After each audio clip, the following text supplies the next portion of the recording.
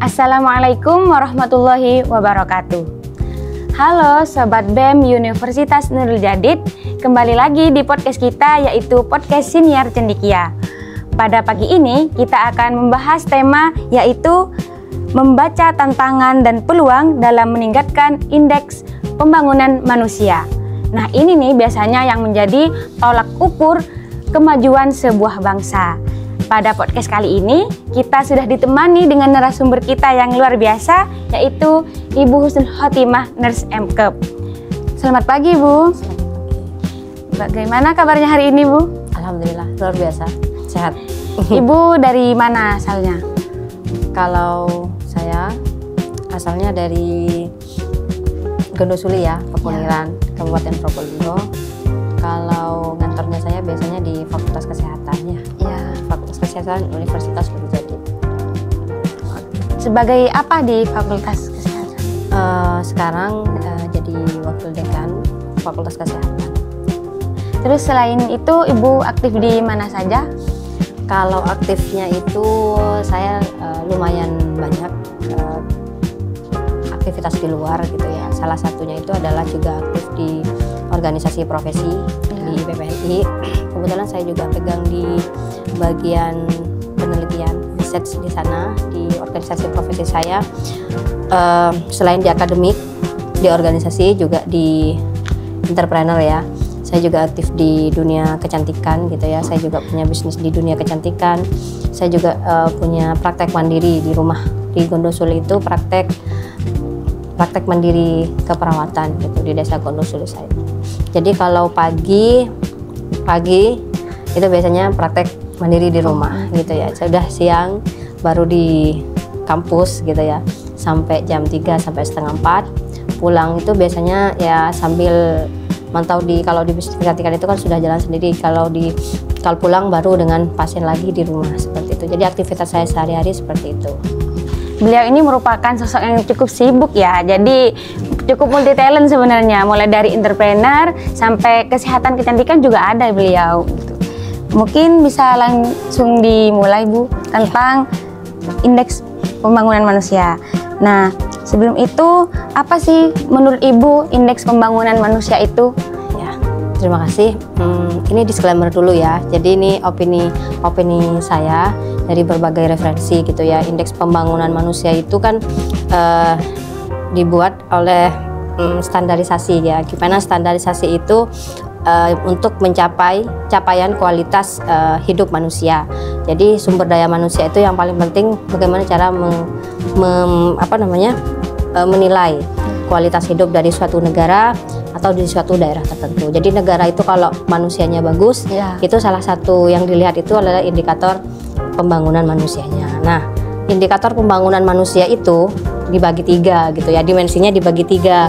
Yang pertama itu adalah dari segi kesehatan, yang kedua itu adalah pendidikan, yang ketiga itu adalah dari segi ekonomi seperti itu. Nah, karena saya adalah backgroundnya dari tenaga kesehatan tentunya, maka di situ mungkin kita akan lebih banyak topik di dimensi dari segi kesehatan seperti itu. Nah, kalau dari segi kesehatan yang dimaksud orang sehat itu kalau dari IPM itu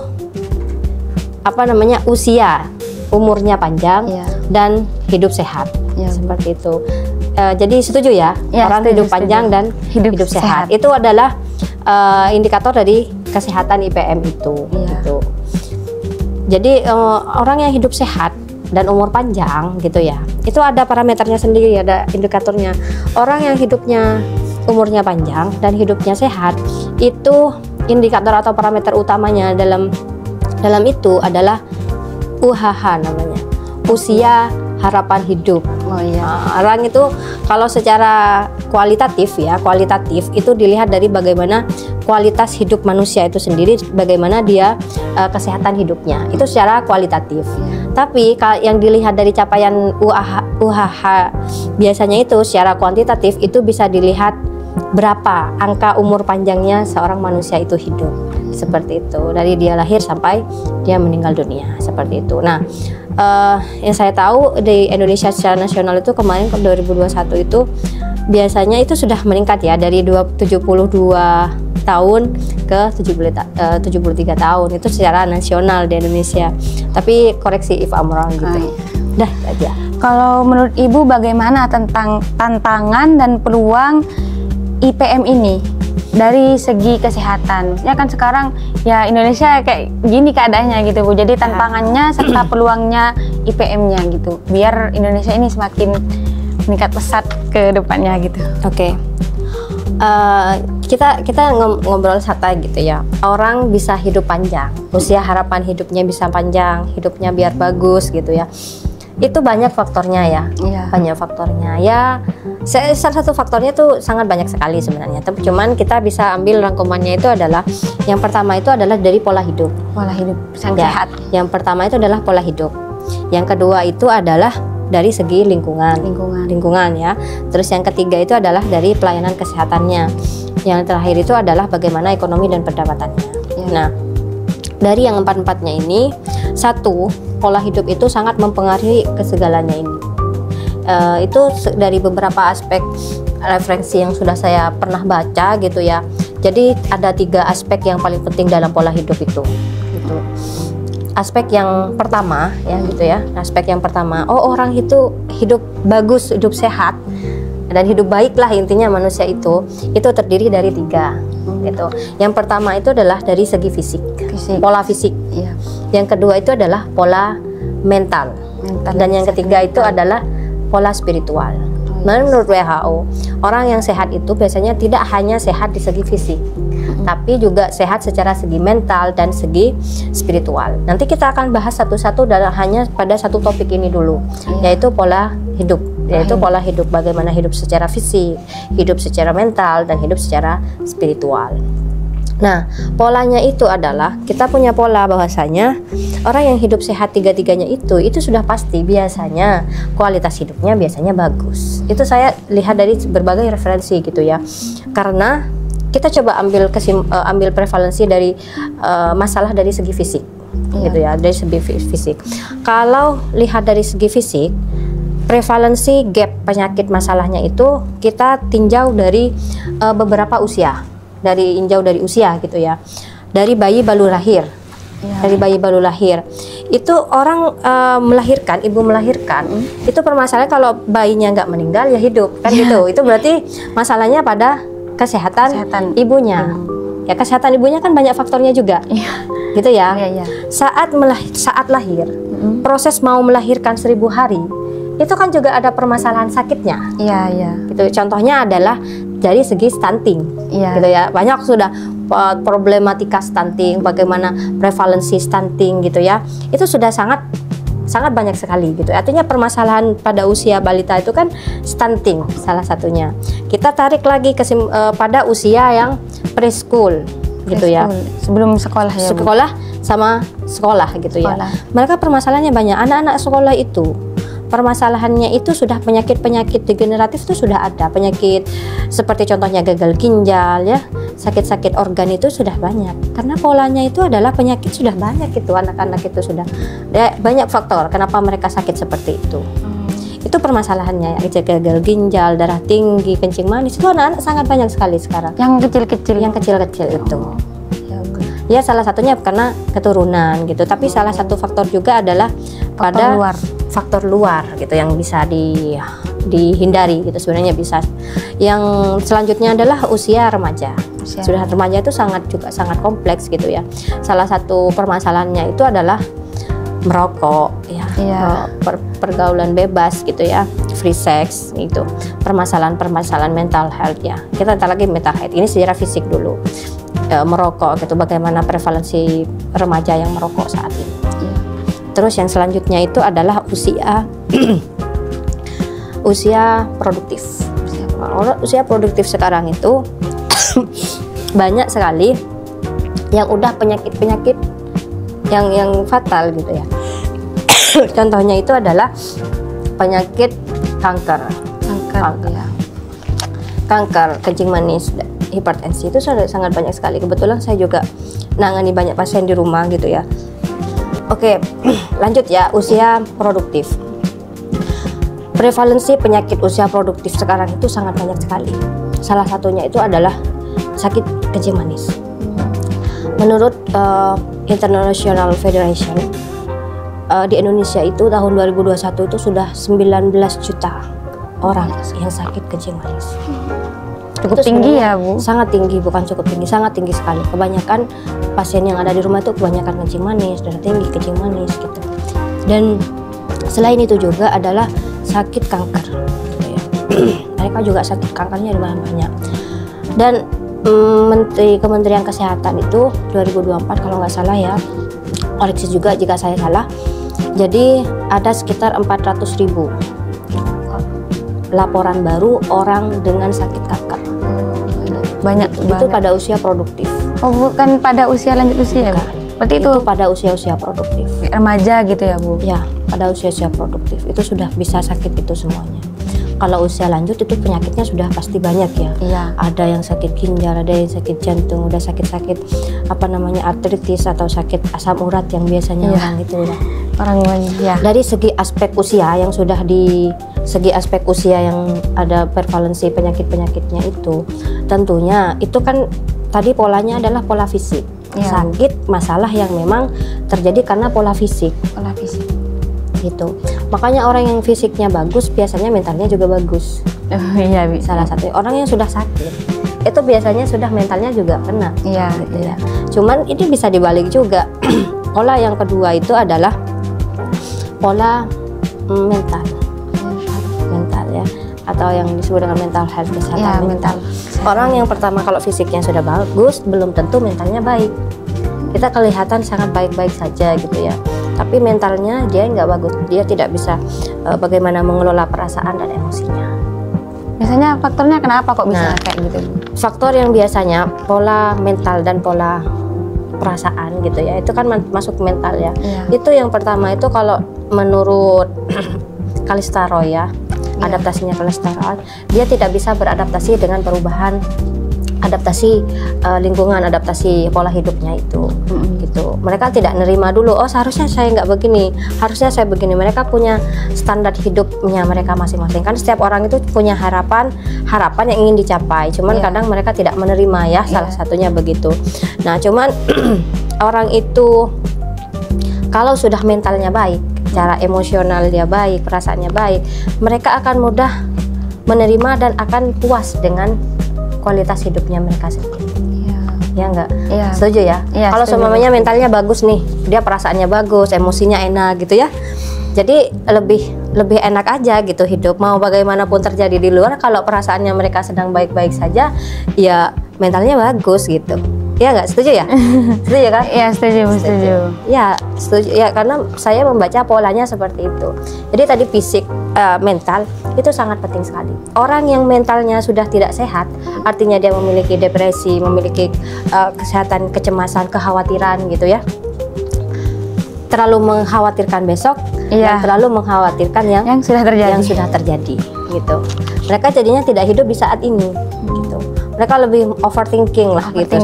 Overthinking yang sudah terjadi dan overthinking untuk besok. Biasanya seperti itu, sehingga mereka secara kualitatif mereka tidak terlalu mementingkan bagaimana mereka tidak puas gitu. Saya kemarin kok begini, besok kok begini gitu. Orang yang biasanya apa ya, dalam mental health-nya juga ada pengaruhnya seperti itu, biasanya fisiknya juga kena. Gitu. Yang biasanya lah lambung lah, gitu ya. Yang biasanya pengen tidur terus lah. Ya, jadi sehingga mempengaruhi kepada aktivitas sehari-hari. Gitu. Yang ketiga itu adalah pola spiritual.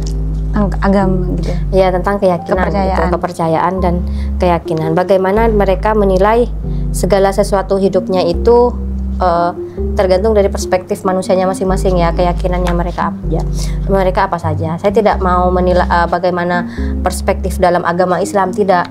Cuman orang yang memiliki spiritualitas yang baik, saya tidak bilang orang harus sholat dan gimana, bukan. Maksud saya ini secara global ya gitu.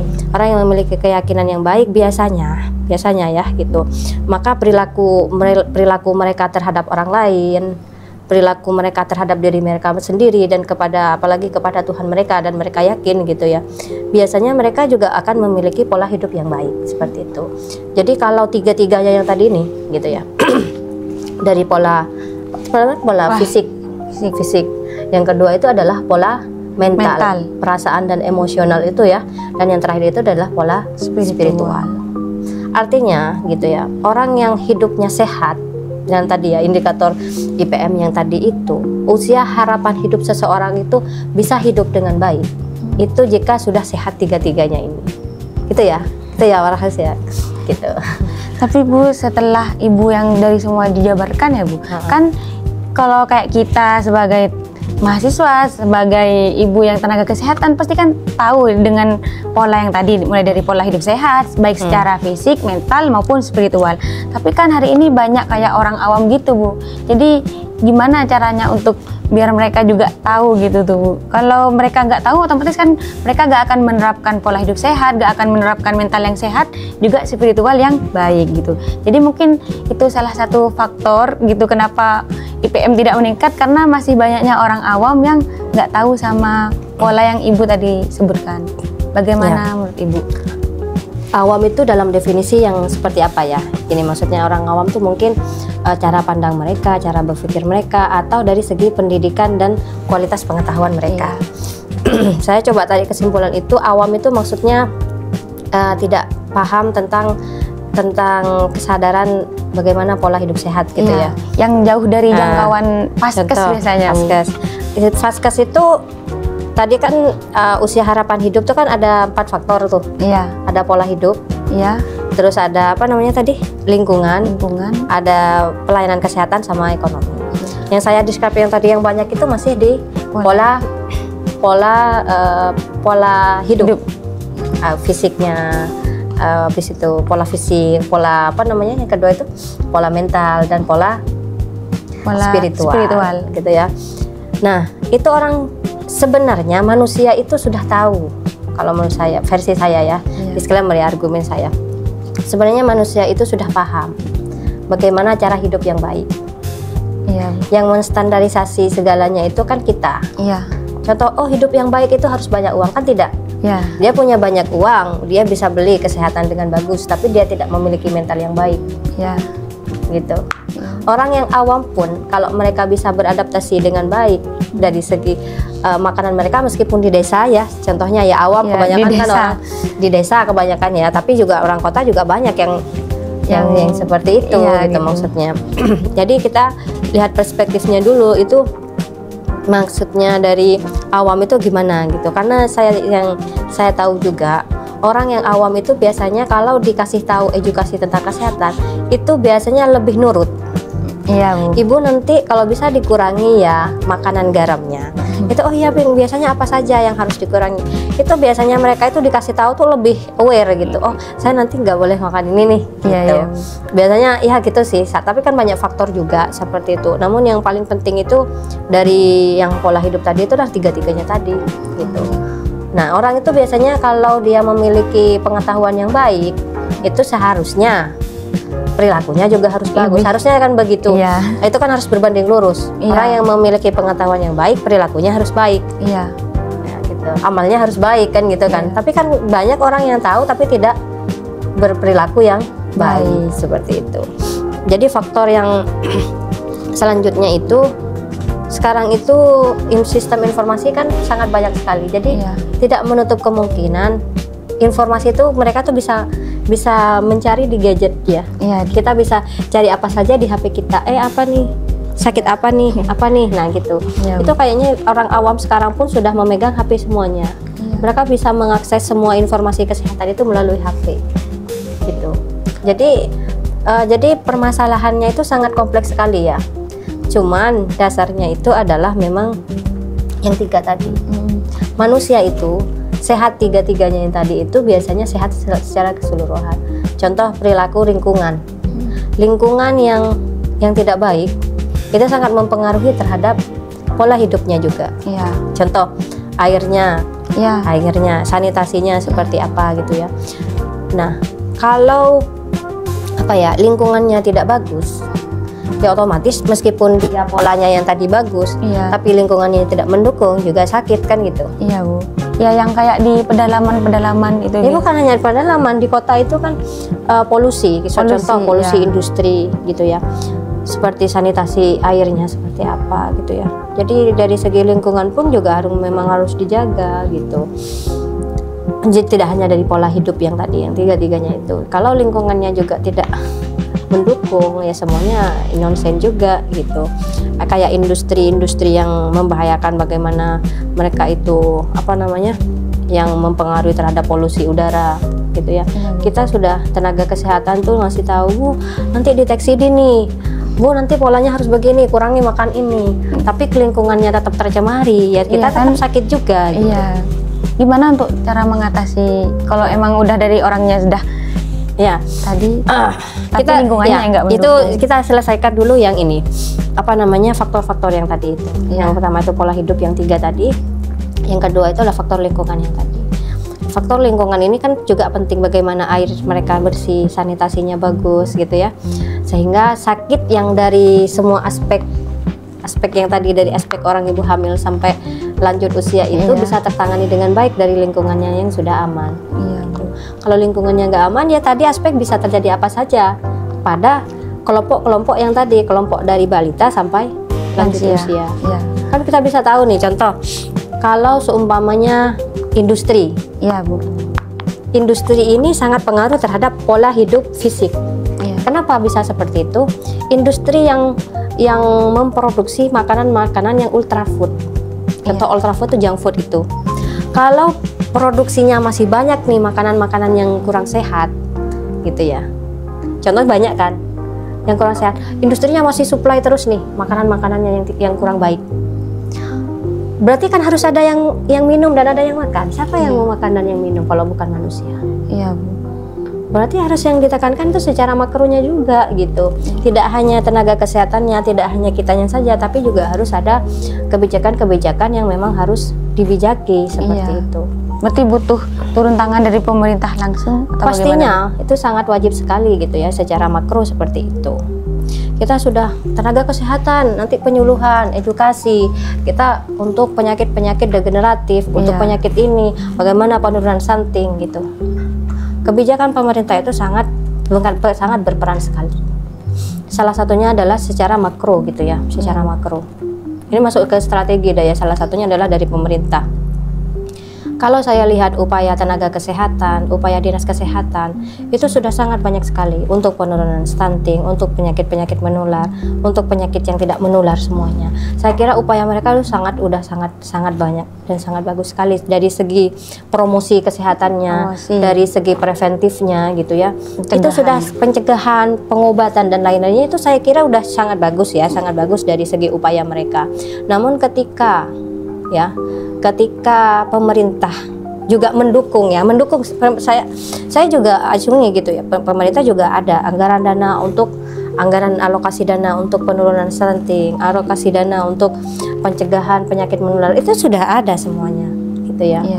Dan saya paham itu semuanya. Namun kembali lagi gitu ya, ketika tenaga kesehatan itu dari perspektif kesehatannya, ibu nanti contohnya ibu hamil makan yang bergizi dan lain-lainnya gitu ya. Tapi yang dimakan itu apa biasanya sehari-hari sama ibu gizi itu? Itu kan berarti dari pola bagaimana mengendalikan industrinya dari pemerintah, baik dari pola perizinannya, dari pola makanan dan minumannya gitu. Kan tidak, demografi Indonesia itu kan sangat luas sekali. Kalau seumpamanya pengendalian makanan dan minuman itu kebanyakan yang melanggar daripada yang mengendalikan dan mengontrol, itu kan juga susah gitu. Karena yang makan siapa? Ultra food itu. Ya tetap ya anak-anak, usia produktif gitu ya. Saya yakin kalian juga pernah minum yang junk food sama minuman langsung minum itu kan gitu. Yang banyak pengawet-pengawetnya salah satunya itu. Nah gitu. Kalau tetap disuplainya banyak tanpa ada edukasi edukasi yang baik, tapi tidak ada pengendalian yang dari pemerintah, baik dari segi penalti, dari kandungan-kandungan dari makanan itu sendiri gitu. Itu salah satunya seperti itu. Jadi kita harus lihat juga yang bawa ini tenaga kesehatan, ibu untuk mencegah penyakit ini begini-begini, ibu untuk menurunkan stunting, ibu tolong polanya begitu. Tapi kita sebagai yang saya harapkan gitu ya, pemerintah juga berperannya itu salah satu dari segi kebijakan, pengendalian dan pengontrolan dari industri-industri itu. Ya, tidak hanya industri makanan dan minuman, tapi juga industri yang mencemari udara seperti itu, industri yang pencemari udara gitu. Ya, yang ada uap-uapnya yang sekiranya pabrik-pabrik gitu. Iya, pabrik-pabrik yang mencemari udara itu gitu. Jadi itu benar-benar SPPL itu namanya apa ya. Jadi bagaimana limbah-limbahnya itu tidak mencemari kepada itu. Ya nanti kan nonsen gitu loh. Dibijaki dikasih anggaran alokasi untuk biar sehat. Iya. Ternyata di sisi lain dikasih dikasih penyakitnya, disuruh berantas penyakitnya tapi tetap dikasih penyakitnya. Nanti kan itu repot. Iya, gitu. Iya kan? Iya, Bu. Nah, seperti itu maksudnya. Jadi segala sesuatunya itu tadi masalahnya dari mana ya? Dari pola 3 tadi. Iya. Kalau manusianya itu aware dengan 3 yang tadi itu, pola yang fisik, mental dan spiritual, otomatis mereka tidak akan berperilaku seperti itu. Berarti harus manajemen diri sendiri ya, Bu. Ya tadi itu kembali lagi kepada pola diri manusianya sendiri. Jadi harus sehat mental, sehat fisik sama sehat spiritual. Dan itu akan sangat berdampak terhadap aspek yang secara makro seperti itu. Kan pemerintah siapa yang megang? Kan manusia. Ya. Gitu. Kalau manusia pemerintahnya sudah aspek mental dan spiritualnya sudah bagus, ya secara otomatis mereka tidak akan membijaki dengan baik dari segi lingkungan, dari segi akses pelayanan kesehatan gitu. Karena memang banyak sekali gitu loh anggaran-anggaran dana untuk kuratif, untuk pengobatan, untuk pencegahan itu sangat banyak sekali memang sudah yang dialokasikan itu kepada orang-orang. Cuman permasalahannya kan problemnya banyak lagi. Iya, Bu. Terkadang alokasi dana yang contoh pada anak stunting, ya itu kan terkadang yang dikasihkan itu kan ini udah target sasarannya benar apa enggak? Iya. Gitu. Kadang kan ini kok sudah nggak stunting dikasih, contohnya gitu ya, dan ada seperti itu. Kurang gitu. lebih memperhatikan. Artinya data itu kan juga harus valid. Iya. Ketidakvalidan data itu juga sangat berpengaruh terhadap alokasi anggaran pemerintah yang sudah dibijaki juga seperti itu. Mungkin itu saja. Ini jadi kemana-mana tadi.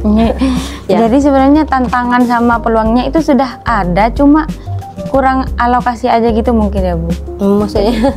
Jadi nggak seimbang kayak tadi yang dijelasin. Sebenarnya kayak pemerintah sudah memberikan peluang untuk IPM-nya, tapi di sisi lain pemerintah juga yang nggak mengendalikan industri yang mengeluarkan junk food ataupun yang semacamnya, sehingga manusianya juga ikut tidak sehat gitu. Sebenarnya bukan tidak ya, bukan pemerintah tidak mau melakukan ini. Enggak, sebenarnya mereka sudah berupaya dengan baik gitu ya. Berupaya dengan baik untuk pengendalian dari penyakit-penyakit kronis atau penyakit akut dari berbagai usia itu tadi gitu. Cuman memang bagaimana penguatan SDM-nya, penguatan SDM dari bagaimana kualitas hidup yang baik itu perlu adanya solusi. Gitu. Perlu ada solusi khusus. Mungkin salah satunya ya, ini opini saya atau argumen saya gitu. Jadi meskipun tenaga kesehatan itu kan berupaya untuk promotif dan preventif, bagaimana mencegah dan mengurangi. Kuratif kan pengobatan, mencegah dan mengurangi dari berbagai macam penyakit tadi. Contoh gula. Ya. Nah, gula. Dari gula itu kan berdampaknya kan banyak. Ya, International Federation yang tadi itu saya kasih tahu 19 juta. Iya, Bu. Itu sebelum itu kan bisa dicegah seharusnya. Kurangi gula dengan cara aktivitas fisik, ya, aktivitas fisik jangan dengan mengurangi gula juga. Itu kan salah satunya ya.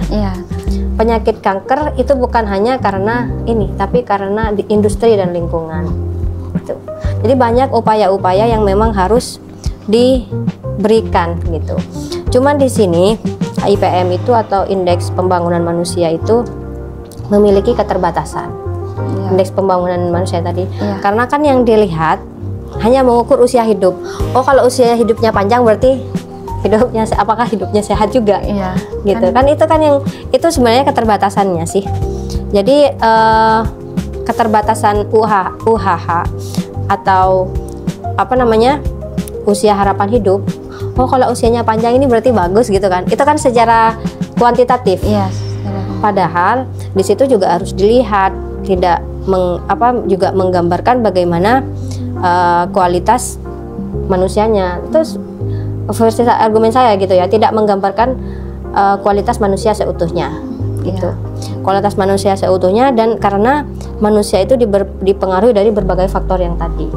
UH itu dari di berbagai faktor yang tadi, faktor lingkungan, pola hidup ya, sama akses pelayanan kesehatannya juga, sama pendapatan. Mungkin pendapatan sama ekonomi itu mungkin bisa dipodcastkan juga ya, tentang kalau orang miskin bagaimana, kalau kaya juga bagaimana. Tapi banyak perspektif yang lain.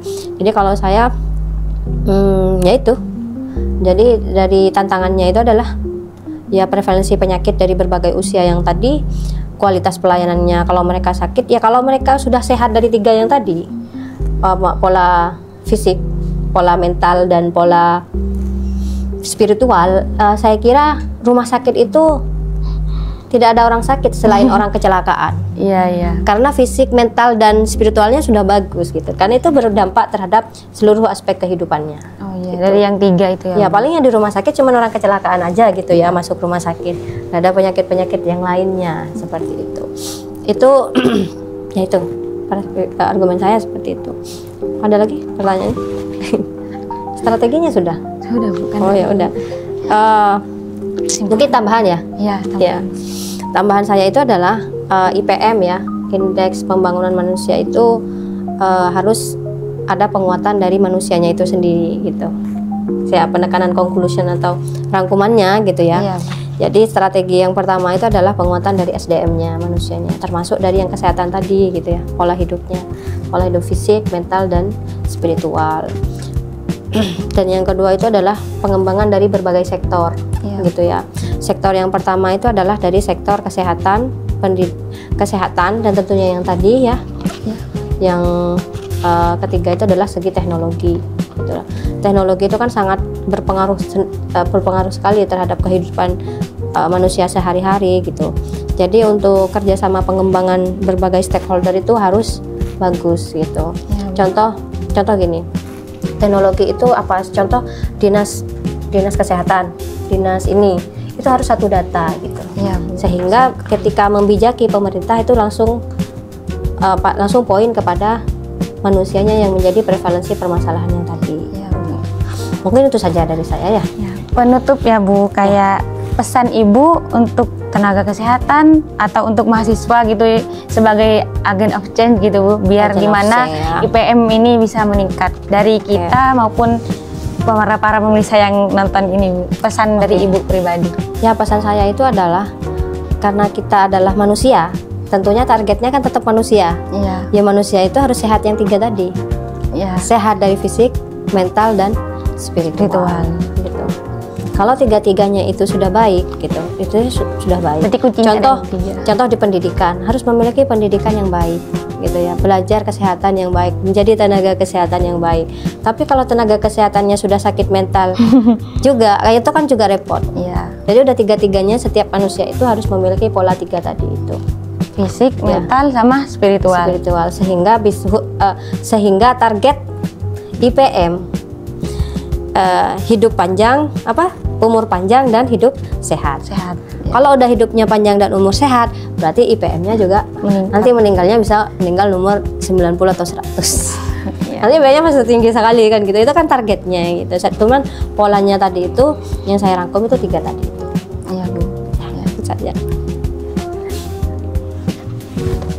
Oke teman-teman, terima kasih ya udah mendengarkan sampai saat ini. Seru banget kan apa yang beliau tadi sampaikan. Kita mendapat ilmu yang bermanfaat dan kita bisa terapkan di hari-hari kita. Mungkin pesan dari saya, setiap tantangan selalu membawa peluang. Tinggal bagaimana kita membaca dan memanfaatkannya. Mungkin sekian dari kita di podcast Siniar Cendekia kali ini. Kurang lebihnya mohon maaf. Assalamualaikum warahmatullahi wabarakatuh. Waalaikumsalam.